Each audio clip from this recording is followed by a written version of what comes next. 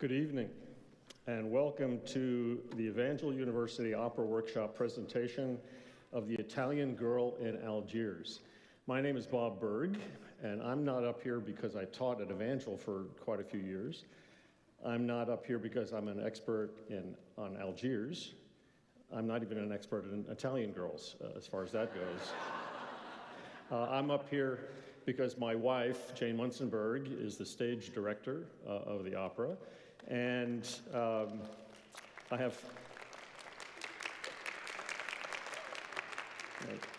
have fond memories of helping her put together opera productions at Evangel years ago with a glue gun in my hand trying to put together a gingerbread house for Hansel and Gretel.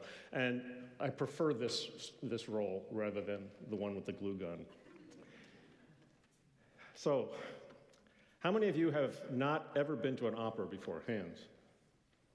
Well, you're going to love it, I'm telling you. You've heard the word before, and you probably have all sorts of connotations with it, of fat people singing strange music, and you've seen people make fun of it, as why would anybody ever go to one of those things? And I think by the end of the evening, I think your sense of it will be very different. The word opera itself is an Italian word. It's short for opera musica, meaning literally musical works. So the opera is the word works. And opera developed at a certain time in history, particularly in about the 16th century Italy. And it had a historical connotation and context, as everything does. Europe, for centuries, had been church-centered. Basically, the life of the town and the city was in the church, and the center of the church, obviously, was worship of God. So everyone was God-centered. And then something came along called the Renaissance, which many of you have studied or heard about before, some centuries before this, but the Renaissance was a turn, a rebirth, literally, is what that word means, a rebirth of classical, meaning Greco-Roman arts and literature, and in essence, a worldview. So what we have in the Renaissance is a renewal of an interest in the human being. And so there's the development of what's called humanism. Now that, I know, it can have a very negative connotation, but it doesn't necessarily have to be. As you may know, that many of the great Renaissance artists were Christians and did their work for the church. And so opera is not in itself anti-Christian or anti-church in any way, but now the focus is not so much on God, but it's more on the human being as the ultimate creation of God, and how gifted this human is, and how wonderful and creative this human being can be.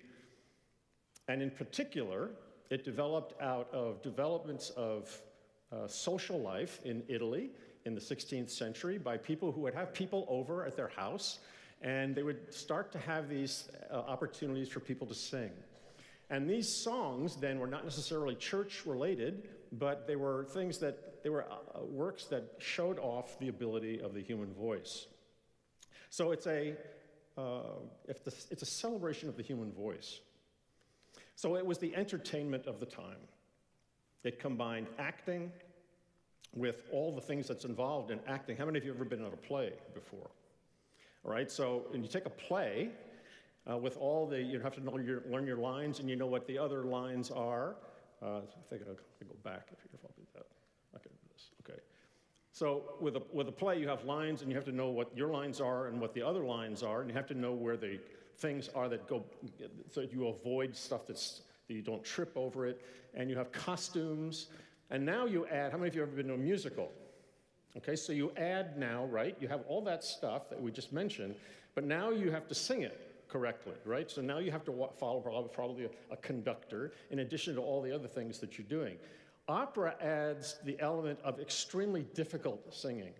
So the difference between a musical and an opera largely comes down to the difficulty of the music that you're required to sing. You'll have to stretch your imagination now in the 16th century to a time before not just cell phones and Netflix, but television and radio and any recording devices. This was when you would hear this piece of music. This is like going to a Taylor Swift concert, never having heard her music before, right? As opposed to having it with you all the time. There are stock characters in opera, as there are in plays. And in particular, what the thing is added to it is that the young hero is often a tenor, a relatively high male voice, and that means usually that the leading woman is a soprano with a relatively high voice, and that often means that the bad guy is a what? A low voice, a baritone, or a bass. That's not necessarily the case, and if you have a baritone voice, don't take it personally, please. But that often was how kind of stock characters at the time. The opera that we're presenting to you tonight is by a fellow named Gioacchino Rossini, a prodigy. His first opera was produced and composed and presented when he was 18 years old. And in the next 19 years, he composed 39 operas. He was cranking them out at 2 a year. And then, for the next 39 years of his life, basically the rest of his life, he composed not at all. In essence, people wonder whether he just got tired, he just was happy with the money he had made. It's hard to know, but many people have wondered what it would have been like if he had continued to write. His operas are commonly performed today, most of them being what is known as comic opera, where there is a barely plausible plot. Forget following the plot. It's impossible. But basically, the plot is only an excuse to hear people sing. Lots of silly things happen, and things turn out all right in the end in a comic opera. In one of his operas, a count dresses up as a nun to get to a woman he wants, and she is stuck in a castle full of women awaiting the return of their husbands from the Crusades. It's like Monty Python does Shakespeare. Basically, it's kind of what it is. The kind of music that he wrote, this is the high point of what was called bel canto opera. Now, bel canto literally means beautiful singing, and it can mean a couple of different things. It can mean an approach to singing. So bel canto opera is still basically the Italian sort of way of teaching. So people, if you go now to take voice lessons from a classical teacher, they will be teaching basically this Italian line of beautiful singing, legato line, support, and this would mean without being mic'd, right? Here's the huge difference between pop music and classical music, is that in classical music you can sing so that you don't need a mic. You may or may not know this, but many pop singers, if they didn't have a mic, you would not hear them past the stage. So opera singing requires being able to sing to fill a very large auditorium. So bel canto music and singing is both pleasing to the senses, but also marvelous in the excellence of its performance. Even some of you who are sports fans can look at a move made by an athlete and say, no, that was beautiful. It's something like that. There is a sense in which it's not just that there's a nice line, but it's done in a beautiful way. The audience often came to opera to hear the stars demonstrating their amazing voices, usually in solo singing, which were called arias. And in bel canto, then, a second meaning of this word is a particular style, and it's classic Rossini. You start with a very slow, sometimes soft, beautiful lyric melody line, and then second half transitions into a much faster, much louder, much more developed, very, very difficult and demanding musical line. That's almost becomes a technical thing about how it's done. That second part being called florid, and sometimes even be called vocal fireworks. So his most famous opera was something called The Barber of Seville. How many of you have ever heard of The Barber of Seville? How many of you have ever heard of Figaro? Figaro, so this was a play. It was originally a play, and it was used both by Rossini and even before him by a fellow named Mozart. You may have heard that name, too. Mozart's version of the story was called The Marriage of Figaro, and it's also one of the most famous and most performed operas even today. Just as a side note, too, how many of you have ever heard of opera glasses? Wow, good. Opera glasses are like mini binoculars that people would take when you're sitting far away. They actually look at the people on the stage because they were so far away. And I mention that because if you had opera classes, you might see something that my wife did in stage directing on the opening scene, where there are all these women in a, would you believe it, harem, right? We'll have to get to that in a minute. But some of them are playing chess, and so you have to stretch. You know, would they be playing chess in a harem? And one of them is reading a book. It's entitled The Barber of Seville. Many Americans have grown up with the distinctive sound of Rossini's music without knowing it. Exhibit A. He wrote an opera called William Tell, and in the overture for of William Tell, it starts out with a very melodic kind of pastoral kind of scene. Da, da, da, da, da, da, da, da. Yeah, probably you've heard this tune before. Then about 3 minutes in, you get dun, da, da, dun, da, dun, dun, dun, dun, dun, dun, dun, dun, and they're off to the races. Da, da, dun, da, dun, da, dun, dun, dun. How many of you know this? This is the Lone Ranger, right? If you're old enough, you may even go back there in your mind. That is typical Rossini. You start out slowly, melodic line, soft, and you get to the second part and you just take off, and it's demanding not just in terms of speed, it's very fast, and it gets faster and faster and faster at the time you do it, but it's not just this way, it's also this way. You have to be going up and down very, very quickly. And so I think you'll be amazed by what our students are able to do tonight. So, speaking of the Barber of Seville, this is how another whole generation of Americans learned about opera.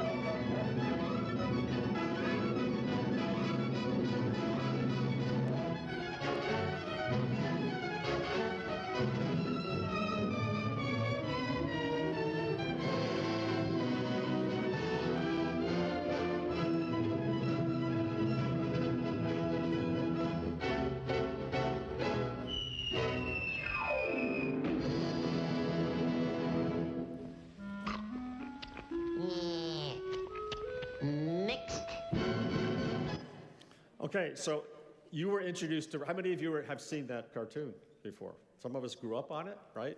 If you have seen that cartoon, you've been introduced to Rossini. So the opera that we're presenting tonight, actually we're just doing the first act of this opera. It's called The Italian Girl in Algiers, written a few years before he did The Barber of Seville. It's set in, of all places, Algiers, which is in northern Africa. And again, this is exotic Africa. Now, if you're in Italy, this is just across the Mediterranean, but it's still far away. This is like a different kind of civilization. Interestingly enough, history-wise, this is right in an interesting time, 1813. Many of you probably have never heard of the Barbary Wars, but if you know the marine theme about from the halls of Montezuma to the shores of Tripoli, how many of you have heard this before? Tripoli is just down the road from Algiers. America got involved in a war against pirates who had come out and ransack American ships, and so it was one of our early wars. It was right at this time. So Algeria, this African this area is very intriguing. It's exotic. It's different. And indeed, there was an interesting movement in Europe at this time where they were interested in so much in Turkish civilization that was called Turkerie. This is a painting done a few years before the opera that was written, Portrait of a Lady in Turkish Fancy Dress. And it was the fashion of the time for women in Europe to dress up as people from what they imagined to be Turkish civilizations. And Mozart himself had written an opera some years earlier called Abduction from the Seraglio. A seraglio is a harem. It would have been a castle, sort of a place where a guy would keep a bunch of women. And I can't imagine, guys, why Italian or European men would be interested in the theme of women being locked up and they're all yours. I don't know. As a Christian, I don't understand what's going on with that at all. So what's interesting about this opera is it combines a serious, or seria, opera seria and opera buffa, kind of a combination comic and serious. The plot is complicated, and I'm going to do it very, very briefly. The first scene is in a harem, or a seraglio, of a fellow named Mustafa. He is the local Islamic chieftain, called a bey.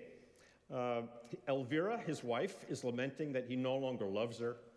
Mustafa tells his underling Ali of his plan to marry off Elvira to his Italian slave, Lindoro. He's bored with the women in his harem and wants Ali to find him an Italian woman. Lindoro enters and sings of his lost love, Isabella. Mustafa informs him of his plans for Lindoro and Elvira. The second scene, and there are 3 scenes in the act that we'll see. The second scene, a ship is wrecked on the shore, conveniently within an easy walk of Mustafa's seraglio. Can you imagine who enters the scene? Who happens to be on this boat? Who happens now to walk onto the scene? But Isabella, exactly. Lindoro's long-lost love suddenly appears in the second scene. And so it's both Lindoro's long-lost love and also just what Mustafa wants, an Italian girl. With her is a male sidekick named Taddeo, who would like also to marry her. They are arrested and pretend that Taddeo is Isabella's uncle. After some bickering, they agree to work together. Third scene. Mustafa convinces Lindoro to take Elvira, his former wife now, with him if he provides for sea passage back to Italy. So if you take my wife off my hands, I'll let you go back to Italy. Mustafa is delighted that an Italian woman has been found and has a reception for her. Lindoro enters, and he and Isabella are shocked to see one another. Isabella shows her mastery even over the supposedly authoritative bey by insisting that Elvira not be sent away. And the rest, the final thing that we'll see tonight, the end of the act, is a totally classic Rossini situation where he gradually builds up to a climactic ensemble in which all the characters voice their bewilderment in their distinctive ways. Again, this is part of the move toward humanism, is that you're expressing your personal feelings. So you have one of the characters going boom, boom, boom, boom, boom, boom, boom. You have a couple of characters going ding, ding, ding. And they're talking about how confused and crazy this is. And one of them is Ian cawing like a bird. The second act, which we're not going to see tonight, as you might guess, ends happily with Isabella orchestrating her escape with Lindoro, and Mustafa begging Elvira to forgive him and promising never to mess with Italian women again. So just a few final things for you to appreciate the performances this evening. I think, again, remember how complicated this is. If you've ever been in a play or if you've been in a musical, now I want you to observe all of that, plus how difficult this music is to sing. There are no mics. And I want you particularly in this ensemble at the end to note, as they're doing what they're doing, and there's a scene where they're swaying back and forth as if they're being blown by the current of the ocean, how well they're all, this is like machine gun fire singing, all in unison, all singing at the same time. The parts are all the same, basically, but this all has to be done very succinctly, and it's a very difficult thing to do. As you may guess, major opera productions are very expensive. We don't have the budget of the Metropolitan Opera here, as you might guess. So Tracy Pritchard, who is the instructor for the opera workshop that's putting this on, is also the conductor this evening, and props to her, because she is the one who deftly assembled the kind of background images that you see up here tonight. Generally speaking, when you put on opera, you've got to build the set. I remember about that gingerbread house I was supposed to be building for Hansel and Gretel. So I have to props to Tracy Pritchard that I didn't have to build a seraglio. I'm very appreciative of that. Music instructors at Evangel must wear many hats. I want to also mention something called recitatif.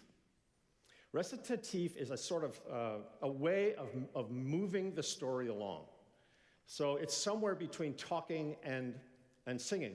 So you can detect that there's a musical line going on, and it's in a key. So if you've ever been to Messiah, how many of you have seen Handel's Messiah, all right? There are solos or arias, but you move the story along. If you couldn't cover the whole biblical story unless you had recitative to move it along. So they were in the same country, shepherds abiding in the field, keeping watch over their flock by night. Now, is that singing? It's sort of singing. It's somewhere between singing and talking, but you have to have recitative to move it along. So you'll note tonight that there are times when you move the story along by this semi-singing, and you'll also notice it by you have an actual harpsichord. When they'd done this originally, it would have been a harpsichord that it switches to, probably going from an orchestra to a harpsichord during the recitative, and we're using a keyboard to simulate the harpsichord tonight. In place of an orchestra, which we would usually have for an opera, the overture, and the overture is kind of well known in itself, that introduces the opera is being played by a transcription for piano for 4 hands. Feel free to applaud at any time. An opera is sort of somewhere between jazz and an orchestra concert. If you've ever been to an orchestra concert, you don't clap until what? Until the end, right? At a jazz concert, when do you applaud? A lot, right? Whenever anybody does much of anything, you're applauding. This is a little bit somewhere in the middle, so if you feel inclined, if someone does something and they come to an end of an aria, or if there's an ensemble that you thought was good, go ahead, feel free to applaud. So, my final word, the final act, as well, final scene of the act here, is a madcap ensemble where the words that you'll actually see, and we'll actually have super titles up here to tell you what the words are English words referring to things happening that's so crazy that it keeps talking about suddenly and unexpectedly. We didn't expect this to happen, and they're all thinking about, this is crazy, what's going on, what's happening. And it uses the original Italian words that are translated to suddenly and unexpectedly are confusi e stupidi. So I think you can probably figure out what those 2 words are. Right? Confusi means that they are confused. Stupidi means that they are, no, not that stupid, right? It's not that they're stupid. They're confused and stupefied. So I'm hoping, I'm going to guess that by the time this evening is over, you're going to walk out of here stupefied at the ability of our evangel students. So welcome and enjoy The Italian Girl in Algiers.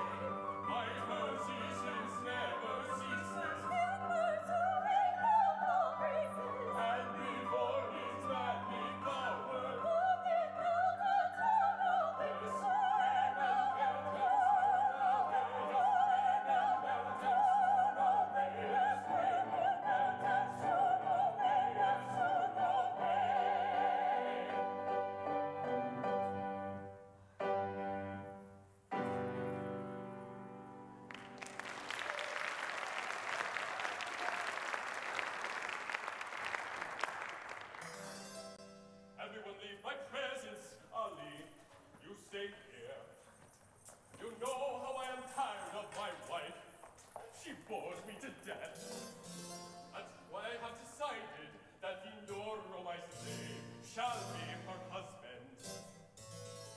She's not much of a match for a Turk, but for an Italian. Such a woman should be all he could wish for. But Muslim law, sir, never will permit such a mix-up. I have no other law except my pleasure. You hear me? Yes, my lord. And what is your desire? Find me a woman, a proud Italian lady.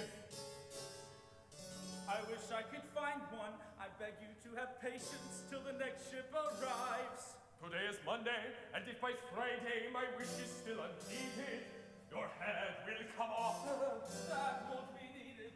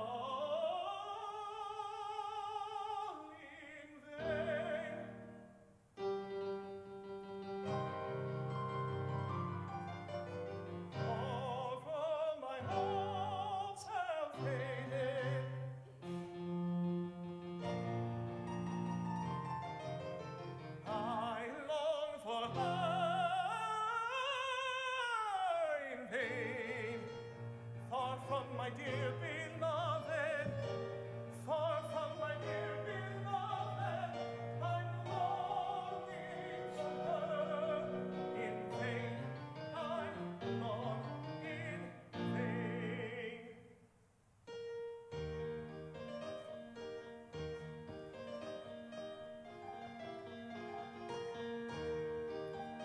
In slavery, unhappy, my heart knows but one pleasure, one blessing, one only, the thought of you, my treasure. To you, dear beloved, I shall be faithful forevermore.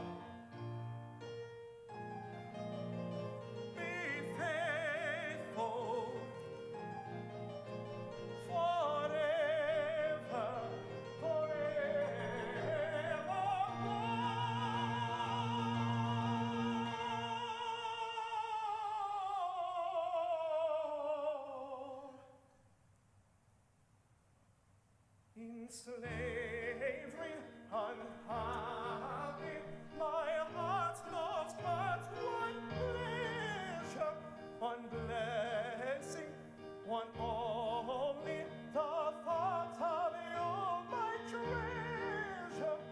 To you, dear beloved, all the faithful, I shall love thee forever, forevermore.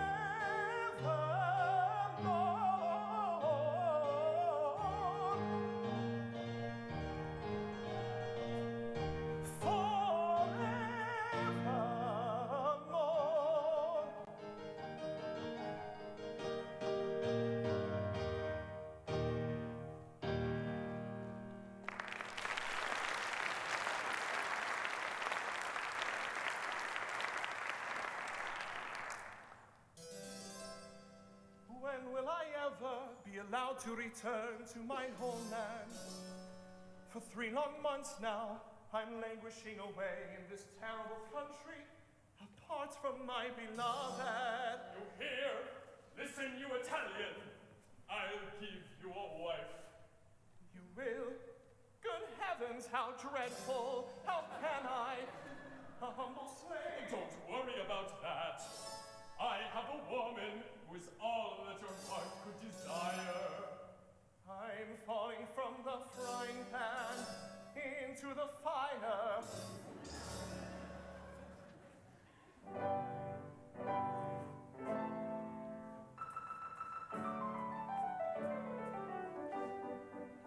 If a man decides to marry, it's a serious endeavor.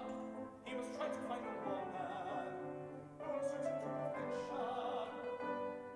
He will find her falling never. He will find her falling never.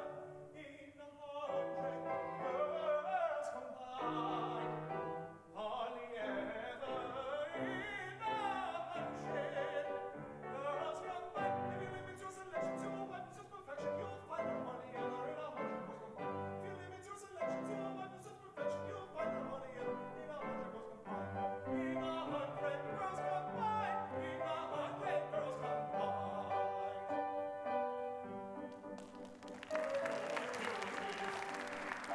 Your graces, and passion, be contented. All the virtues you are naming are superbly represented by the one I have in mind. You will find them in the lady I have in mind. You want beauty, you want riches, you want graces, you want passion, you want beauty, you want riches, you want graces, you want virtues you are naming are superbly represented by the one I have in mind. In the one I have in mind. In the one I have in mind. I would like her, for example, modest, tender, and loving. Of all those virtues she has ample. And her eyes, I prefer them bright and shining. Like 2 shining stars in heaven. Complexion, Flawless, figure, gorgeous, waistline, slender, features. perfect. There's no shaking your persistence. What on earth am I to do? No, my friend, no more resistance. She will capture even you. I am horribly confounded. You doesn't understand. I know what you mean. I am sure you will give in, you will give in, you will give in,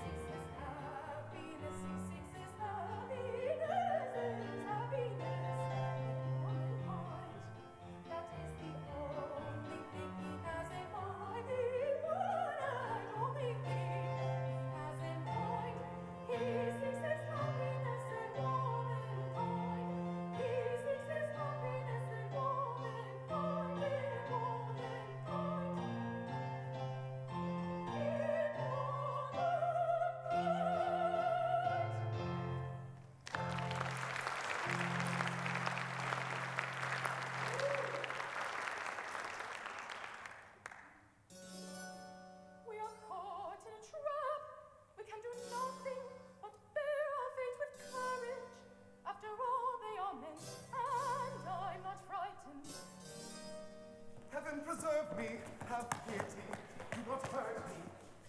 I am... Quiet, you idiot. You are just one more slave. I am done for.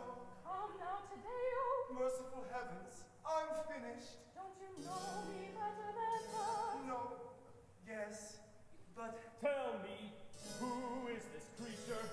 I am lost. He is my uncle. Yes, her uncle, and therefore I cannot leave her side. Where do you come from? We are both from Verona. So you're Italians. My friends, I am delighted. May I inquire what so delights you? There was never a Turk quite so delighted. For you are exactly to the taste of the bay. I know that he has decreed that you shall be the jewel, the brightest shining star of his harem.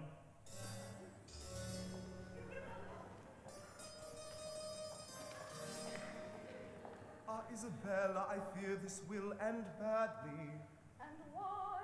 I heard them mention that unspeakable word, Which one? the harem. So what? What about that little dandy, that pup Lindoro? Though I have never seen him, I know everything. I loved him before I knew you. It's true that many a month has passed since he left on that boat. And now my gracious lady is determined to travel till she finds him. And you? And now I have become her dear uncle, and will have to spend my life inside a harem.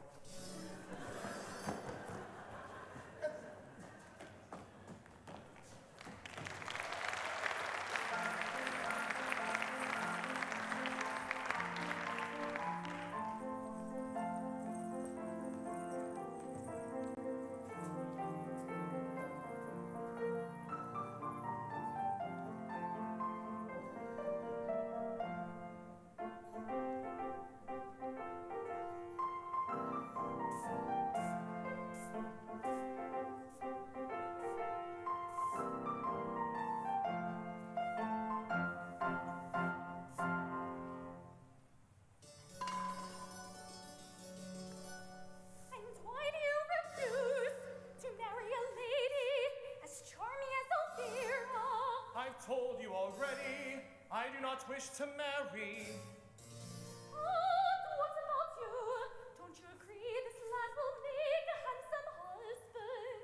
I'm the wife of the babe, now and forever. What else is there to do? Remember, so they want you to get married. He gives the orders, and you know that his orders must be obeyed. That's not very funny. It's absolutely crazy. Quiet, he is coughing. Good news for you, Italian. There's a ship in the harbor, and it's bound for your homeland and about to sail in an hour. How would you like to be on a ship? Bound for my homeland. Can it really be so? Thank you, your lordship. Take Elvira with you, and I'll release you.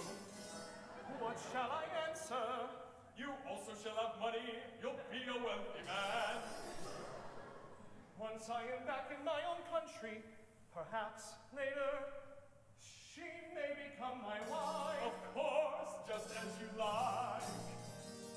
In order to be able to get out of this country, I have no other choice. Better get it over with. So I must really leave you. You'll be well off with that young Italian. But how can I desert you when my God... Stop it. Stop it. I know all about you and about your heart. Was there ever a brute quite so obnoxious?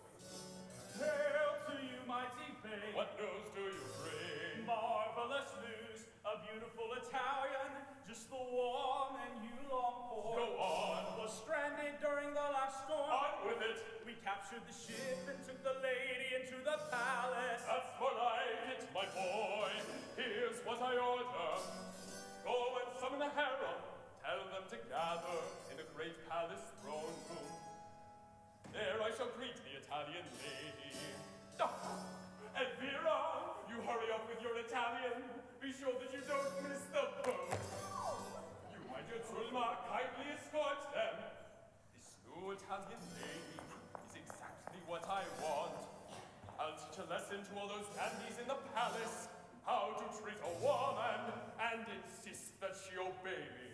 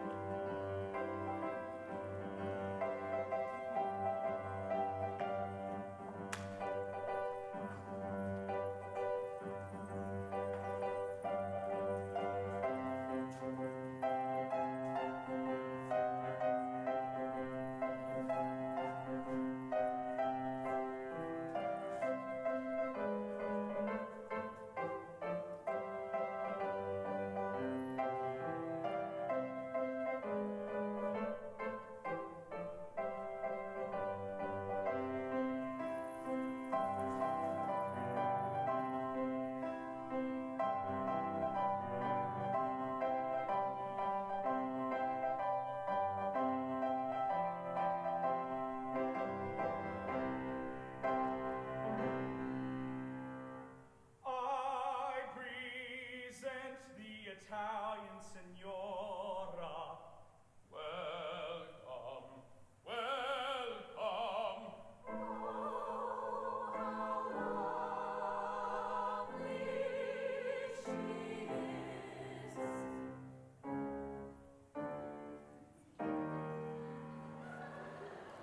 Oh, how funny.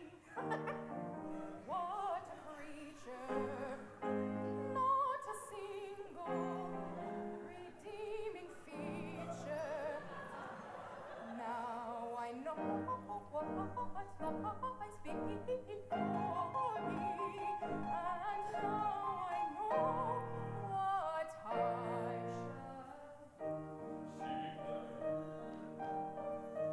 She's a most delicious morsel. What a beauty. She enslaves me. She enchants me. I adore her. I adore. But for now,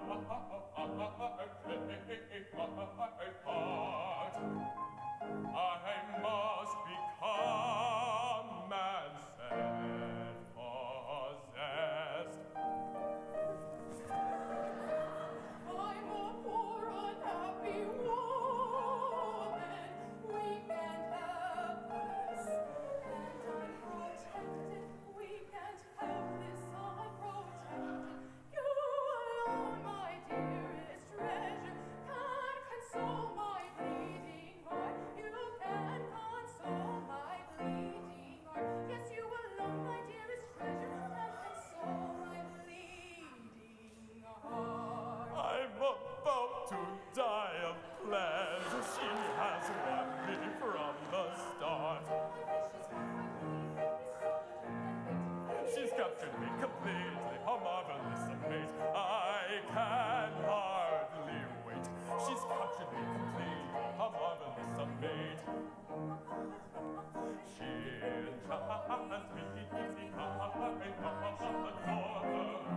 The charmer was worn out. I shall play my role without. I shall play my role without. I'll play my part.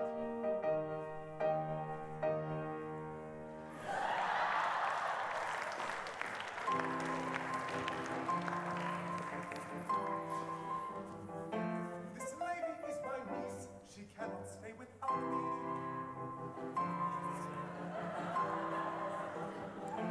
Because I am her uncle, her dear beloved uncle. My lord, he is a bulkhead. Once on the block. You heard him, my niece. Isabella, listen, listen, they want to kill me. He is my uncle. Crud muffin. All right, let him go free. Darling, now I can see it.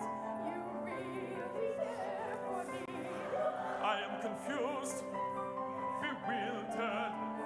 Darling, what did you say? To kill me for such a trifle. Have mercy for heaven's sake. That fellow is so frightened, he teaches me his Darling, what is it? What did you say? That fellow is so frightened, he Darling, I asked, what did you say? That fellow is so frightened, Darling, I asked, what did you say? To die for such a trifle. To die for such a trifle. What dreadful day. To die for such a trifle. To die for such a trifle. Oh, what a dreadful day.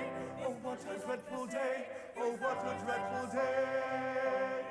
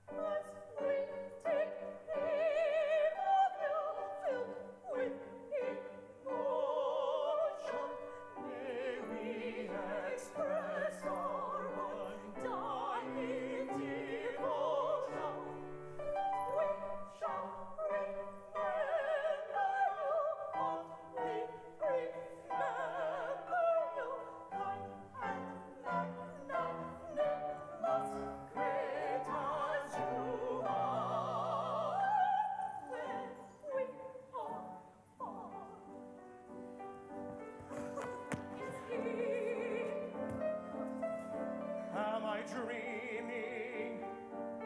It is Isabella. It is the moon. How will it take? Goddess of destiny, please be my friend. As if one bolt had struck them suddenly, what has come over in my It's blowing so unexpectedly, so very suddenly, but how it happened, well, I do not know. As if one bolt had struck them suddenly, what has come over my This blow came so unexpectedly, so very suddenly, but how it happened, well, I do not know. As if a thunderbolt had struck them suddenly, what has come over my This blow came so unexpectedly, so very suddenly, but how it happened, well, I do not know. As if a thunderbolt had struck them suddenly, what has come over my This blow came so unexpectedly, so very suddenly, but how it happened, well, I do not know. As if a This came so suddenly, so unexpectedly, but what to make of it?